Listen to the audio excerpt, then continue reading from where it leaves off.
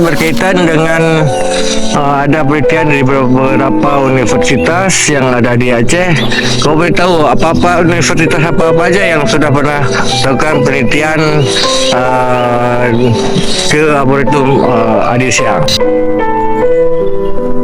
Jadi menyangkut dengan universitas ataupun perguruan tinggi yang telah melakukan kegiatan di Alis Mantok ini, itu salah satunya STK Pendikbulu, itu Sekolah Tinggi Ilmu Kehutanan yang posisinya berada di Banda Aceh. Mereka sudah pernah mengirimkan anak-anak KKN untuk berbakti di Alis Mantok, yaitu di lokasi edukasi Siang ini. Jadi aktivitas mereka selama ini salah satunya untuk melakukan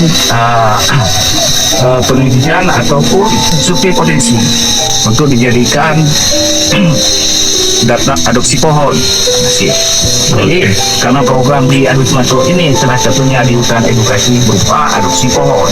Jadi adopsi pohon ini kita rencanakan untuk langkah pertama itu di lokasi edukasi yang di Siang ini luas 12 hektar.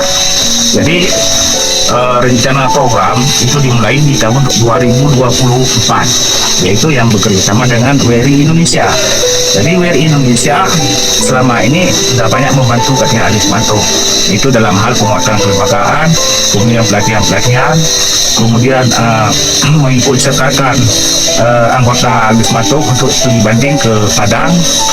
Kemudian mereka juga membantu fasilitas, yaitu berupa penguatan kelompok patroli, itu salah satu kelompok yang melakukan aktivitas melakukan pengawasan patroli di Alis Mantok. Jadi mereka yang melatih. Nah, di sini rencana program selanjutnya di bulan 4 nanti setelah Lebaran kita akan melakukan survei kembali untuk melihat pohon-pohon yang diameternya di atas 20 untuk dijadikan pohon asuh.